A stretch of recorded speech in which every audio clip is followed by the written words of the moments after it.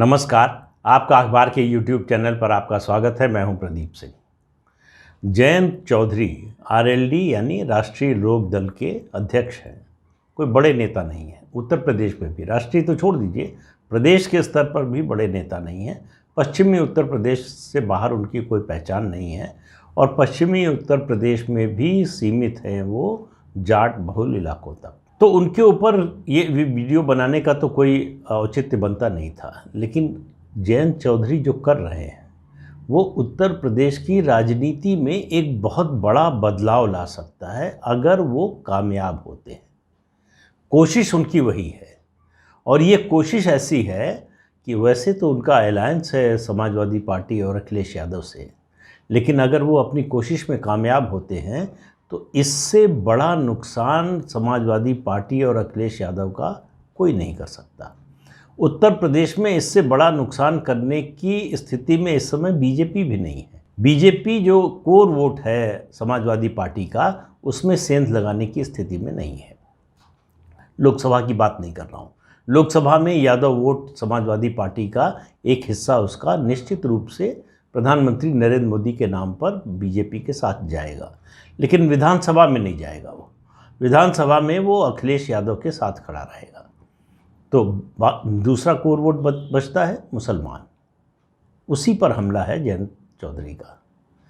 वो जो अभी 2-3 दिन पहले गए मोहम्मद आज़म खां के परिवार से मिले, उनके बेटे और उनकी पत्नी से मिले, काफ़ी देर तक बातचीत हुई। निकलकर जो उन्होंने बयान दिया, कहा कि ये परिवार इस समय एक संकट के दौर से गुजर रहा है, उसकी अपनी बहुत सारी मुश्किलें हैं, इसलिए वो मिलने आए थे। वो भले ही कहें कि इसका कोई राजनीतिक अर्थ न निकाला जाए, लेकिन इसका सिर्फ और सिर्फ राजनीतिक अर्थ है। जयंत चौधरी को इस चुनाव के दौरान और चुनाव के बाद समझ में आ गया कि अखिलेश यादव सिर्फ उनका इस्तेमाल करेंगे। अखिलेश यादव उनको कुछ देने की स्थिति में नहीं है।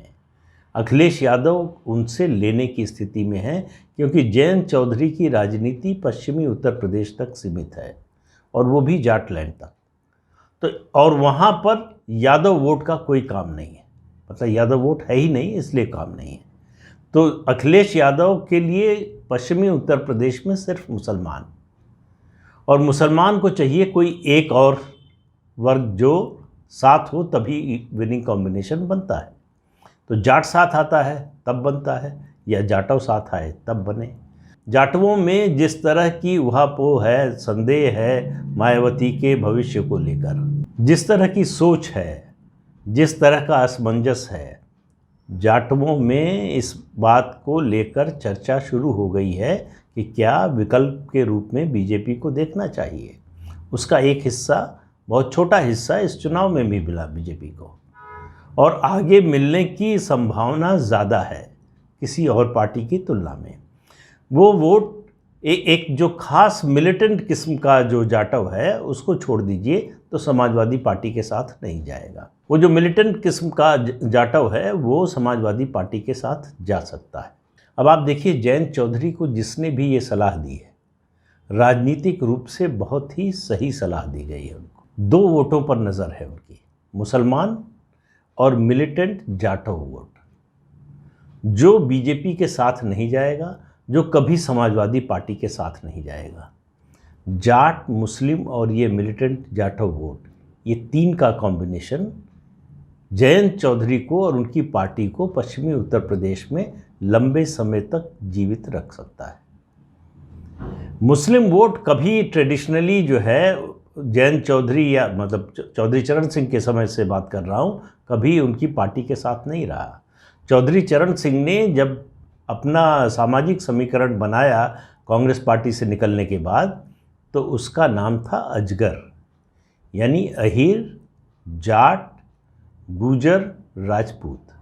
ये उन्होंने सामाजिक समीकरण बनाया था। 1967 में कुछ हद तक जब कांग्रेस कमज़ोर हुई तो मुस्लिम मतदाता दूसरी पार्टियों के साथ गया। समाजवादी पार्टी उस समय थी, समाजवादी पार्टी के धड़े थे, लोक दल या इस तरह की पार्टियों के साथ। उसके अलावा 1977 में जनता पार्टी के साथ गया। मुसलमान पहली बार बड़ी संख्या में निकलकर कांग्रेस से जनता पार्टी के साथ गया।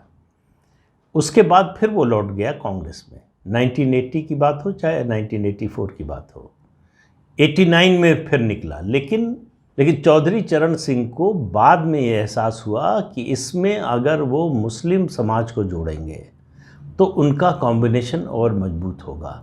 तब उन्होंने बनाया मजगर, उसमें मुसलमान जोड़ा, माँ से मुसलमान जोड़ा। और ये कॉम्बिनेशन उनके लिए पश्चिमी उत्तर प्रदेश में एक तरह से जिताऊ कॉम्बिनेशन था, विनिंग कॉम्बिनेशन था। वो कॉम्बिनेशन टूटा 2013 के मुजफ्फरनगर दंगों से, जब जाट और मुस्लिम दोनों ने अलग अलग रास्ता अख्तियार किया। लेकिन इस चुनाव में जाट और मुस्लिम गठजोड़ फिर से बनता हुआ, जुड़ता हुआ दिखाई दिया। उसका नुकसान हुआ बीजेपी को। अखिलेश यादव के पास और देने के लिए पश्चिमी उत्तर प्रदेश में जयंत चौधरी को कुछ नहीं था। पूरे प्रदेश में ये हवा बनी हुई थी, जो कि सही भी थी, कि मुसलमान पूरी तरह से समाजवादी पार्टी के साथ है। इसलिए जयंत चौधरी को ये ज़्यादा ठीक लगा कि वो समाजवादी पार्टी के साथ जाएं। तो उनके जाट वोट के साथ अगर मुसलमान जुड़ जाता है तो उनके लिए स्थिति अच्छी हो जाती है। लेकिन सवाल अब भविष्य का है।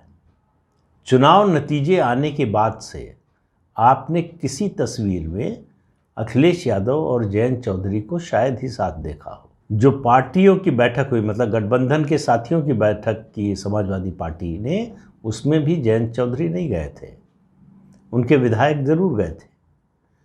तो एक शीत युद्ध जैसी स्थिति बन रही है आरएलडी और सपा के बीच में। समाजवादी पार्टी को ज़्यादा इससे ऐसा लगता है, अखिलेश यादव दिखा रहे हैं, कोई फ़र्क नहीं पड़ता।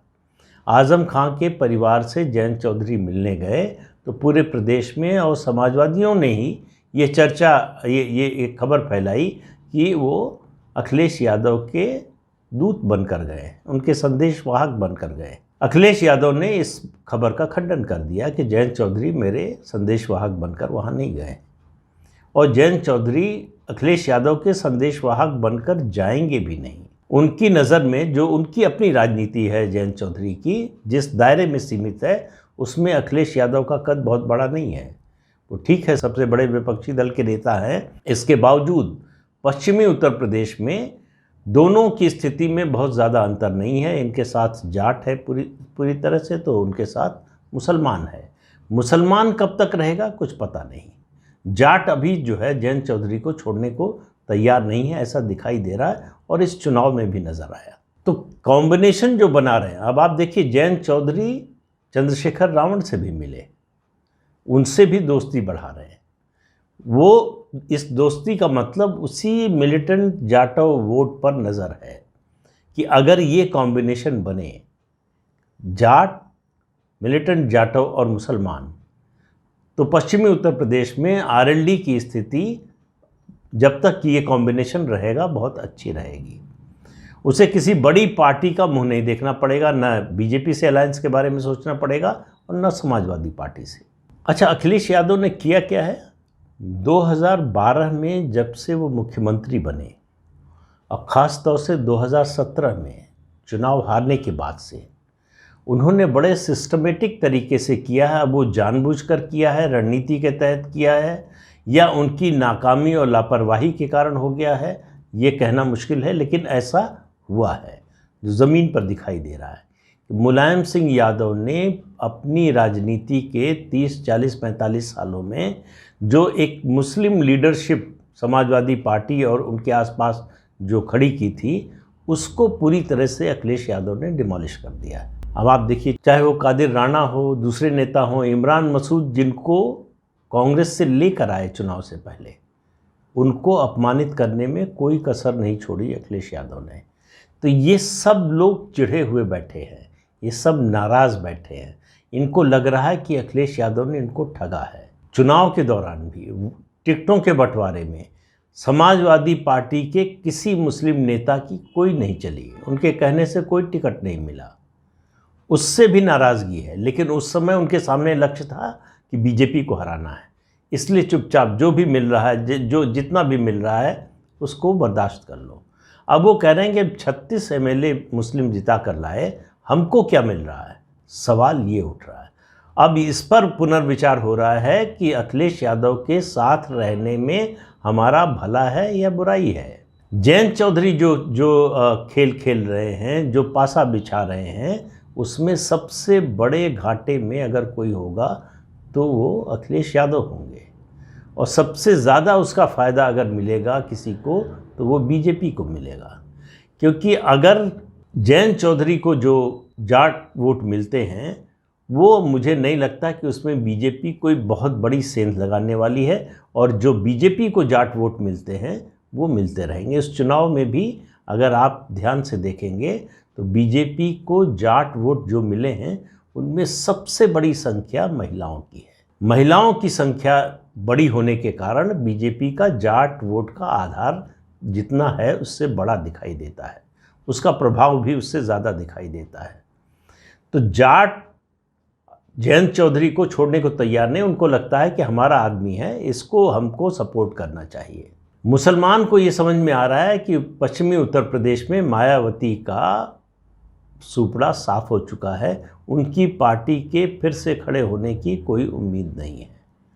तो उसके पास ऑप्शन क्या है? ऑप्शन दो ही हैं, या तो वो समाजवादी पार्टी के साथ जाए या जयंत चौधरी के साथ जाए। चूँकि अभी समीकरण था, गठबंधन था दोनों का, तो इसलिए ये फ़र्क दिखाई नहीं दे रहा था। उसको ये समझ में आ रहा है कि पश्चिमी उत्तर प्रदेश में कम से कम समाजवादी पार्टी के साथ जाने से उसको कोई फ़ायदा नहीं होने वाला, क्योंकि समाजवादी पार्टी उसमें कोई नया वोट या एडिशनल वोट जोड़ने की स्थिति में नहीं है। जयंत चौधरी हैं, जयंत चौधरी के होने से अगर ये जाट मुस्लिम समीकरण फिर से रिवाइव होता है पूरी तरह से, तो उसका फ़ायदा मुसलमानों को भी मिलेगा, उनका प्रतिनिधित्व बढ़ेगा, उनकी ताकत बढ़ेगी, उनकी आवाज़ बढ़ेगी, और जयंत चौधरी का भी फ़ायदा होगा। तो इसलिए जयंत चौधरी बड़ा सोच समझ के, बड़े रणनीतिक ढंग से इस काम को अंजाम दे रहे हैं।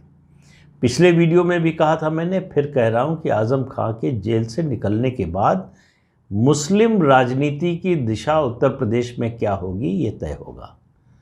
वो अखिलेश यादव के साथ रहना पसंद करते हैं या अखिलेश यादव का साथ छोड़ने का फैसला करते हैं। इससे तय होगा कि उत्तर प्रदेश का मुस्लिम मतदाता किधर जाएगा।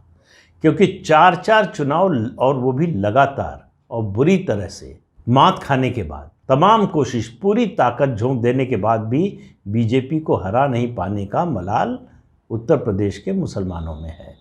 उनको लग रहा है कि उनको पूछने वाला कोई नहीं है, बीजेपी से दुश्मनी मोल लेकर उनको फ़ायदा कोई दिखाई नहीं दे रहा है, क्योंकि जिनके लिए दुश्मनी मोल ली वो भी साथ खड़े होने को तैयार नहीं।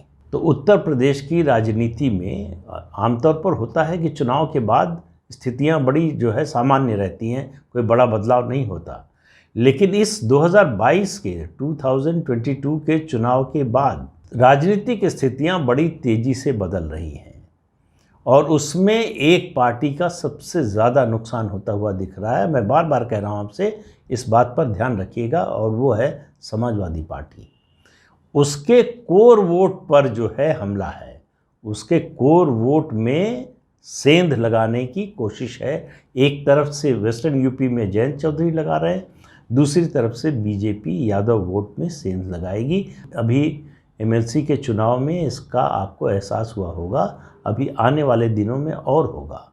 लोकसभा चुनाव में उससे ज़्यादा होगा।